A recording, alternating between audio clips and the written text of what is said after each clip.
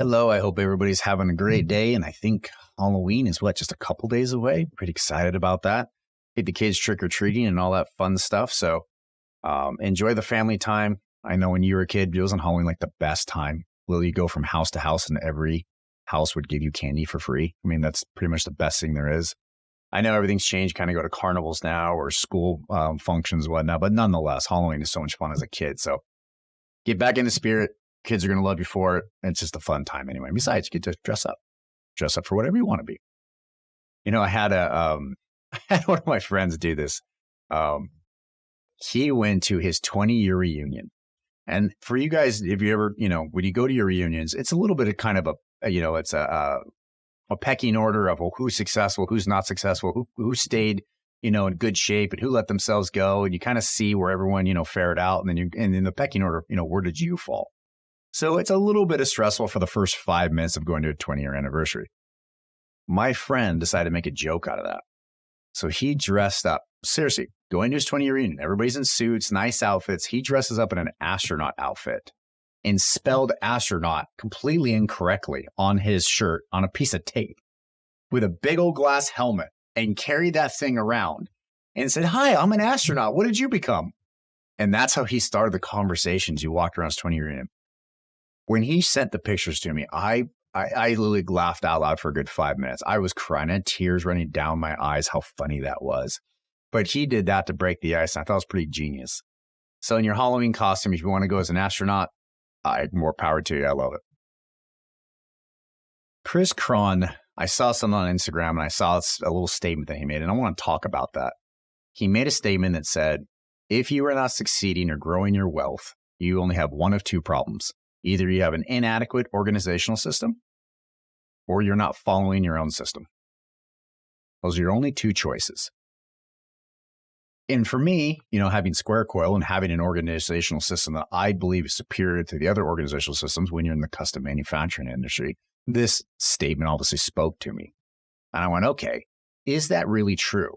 So I kind of wanted to dive into that, and I will go through my thought process here. If you have an inadequate organizational system, how do you become to have one? I guess that'd be step one. So I want to become wealthy. Step one, I want to become wealthy. But I think everybody does. What steps do I need to do to come through it? Well, when I say wealthy, money is not the only thing that's wealthy. Your time, if you have a lot of time at your disposal, I'd consider that very wealthy. If you're stuck to a clock 24/7, you don't have a good quality of life. So time could be your wealth. Yes, money could give you advantages to be more on your own and independent. But there's also a good family where you're going to come home to a loved family. That's very wealthy, in my opinion. Surround yourself by other groups of people. So there's different ways to describe the wealth, and you're going to have to decide that in your own head of what type of wealth do you want. And there's not only one type of wealth. For me, at the beginning when I was younger, I'm not going to lie, money drove. Without a doubt, money drove me. I always wanted to go for the next rung. I wanted to find out how I can make more money. I picked companies to be a part of that didn't have a glass ceiling. The harder I worked, the more money I could make. I always positioned myself in that certain type of way to make a lot of money. As I got older, I realized that I had sacrificed something.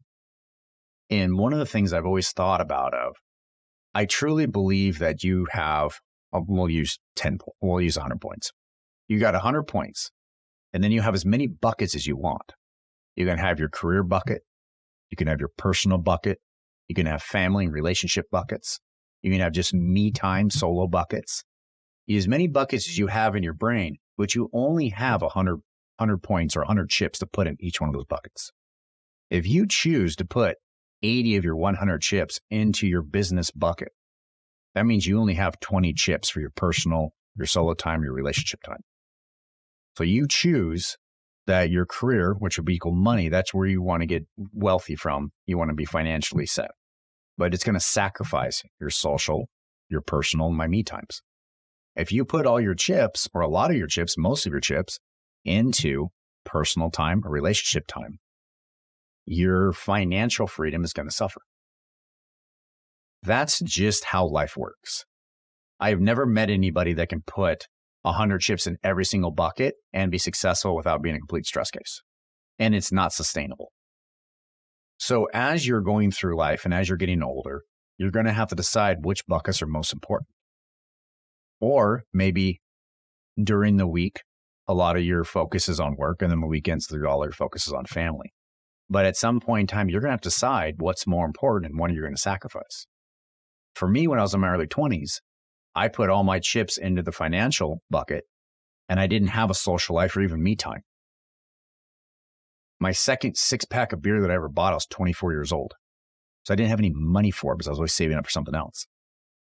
I didn't go to any parties. I had no idea what a club was until I was like 27 or 28. Didn't even go to those because as far as I'm concerned, I could buy a drink or go to my friend's house and hang out and play video games if I really wanted to, but I didn't do that. I never was going out there. I was always focused financially creating my wealth over here that I sacrificed all that. If you were in a fraternity or sorority, if you're still good friends with them and you guys went out on the weekends, you put your chips into a social bucket and that was most important to you. Nothing wrong with it. I just want you to be aware of your 100 chips and the buckets that you can have and where you can be at. So when I heard that statement, you have an inadequate organizational system, I had to define that in my head first. That definition was, well, which bucket is he talking about? What organizational system is dysfunctional in his mind that you're not growing your wealth? Because in my mind, getting in touch with people, talking to them, seeing how their day was going, you're adding a lot of wealth in that social bucket. So you kind of have to pick which one you want first. So now that we define which bucket it is, now we need to figure out what system's going to best add to that bucket, what system's going to best add to the overall wealth of what you're trying to convey and what you're trying to, to do as you grow. For me, in the financial bucket, I want to make sure I had a job that didn't have a ceiling. So the harder I worked, the more money I made. I also wanted a job that I could set up where I didn't have to go in from 7 to 4 a.m. or, 9 to 5. I was able to kind of pick my own hours. Now, selling signs, I had a lot of companies on the East Coast. So unfortunately for me, it was an early morning. I didn't really have to control that. So sometimes 5 or 6 a.m. phone calls was just a norm. But I was also off by 3:30. And so the day wasn't, as long and grueling as I needed to. I still had a lot of time in the afternoon. Go to the gym, go surfing, go motocross riding, whatever I wanted to do. But that was the choices that I made. If you were trying to add your social bucket or me time and just have some personal time for you to think and get clarity, you're going to want to section off times for working out, for taking a walk, some self-healing, saunas, yogas, cold plunges, anything of that nature to help your body grow.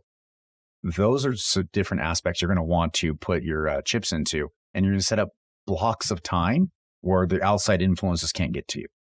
I know one person that they leave work at 4 p.m. religiously, get to the gym at 4:10, change their clothes, and they said, I am on some type of cardio machine by 4:20, and I will walk out of that gym at 5:15, and that is me time. My phone stays in the car. I don't let anybody talk to me. I put my headphones on that are not connected to my phone, so I cannot even get communicated with, and I just zone out and get to have my own me time. They've taken a priority of putting those chips in that bucket and taking care of themselves. I think it's awesome. I think it's great. So going back to that statement of, if you're not growing your wealth, you have a dysfunctional organizational system. I'm going to vote for yes. It's a broad statement, but yes, that is completely correct. And that's what you're going to want to be looking at. But once you build that system, the other half of that coin, what he say was, or you're not following your system. I can't tell you how many people I know don't follow their own system. They set up this amazing system. They set it up. They think it through. It's very logical, very practical, easy to obtain, easy to sustain over years and years of time. They don't even follow it. Are we that lazy? I hate to say it, but I'm starting to think that we're a little on the lazy side here if we built a great plan sustainable. Now, if I tell you, I'm going to run 15 miles every day for the rest of my life, that's not sustainable. My knees, my feet, my whole body's going to break down within a couple of days. That's ridiculous. That's not sustainable. But if you had a set plan of, I'm going to go for a 2-mile run every day to clear my head and have some personal me time, that's very sustainable. You can do that. So when I talk about sustainable, that's what I mean. I mean that something you can do that's not going to completely destroy or wear out or stress your body out to the nth degree. So for this, set up your wealth, set up which wealth bucket is most important to you. And everybody's different. Pick which one you want. And then try and add to that bucket just a little bit every single day. Add what you can do to create the wealth that you want in your head for sanity reasons. Let's not lie. At the end of the day, we're all doing this for sanity.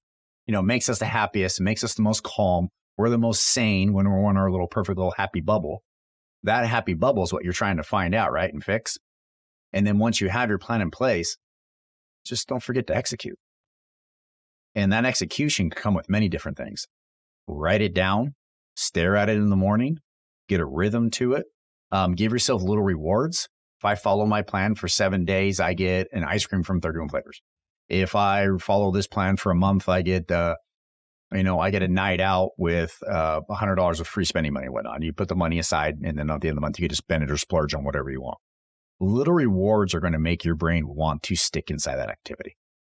Without reward system, you are going to break your habit because, let's face it, 1% to 2% of the world is really that structured and that organized. It's very hard to do. But once you have your organizational, put a little reward system in it, it's going to be a little bit better.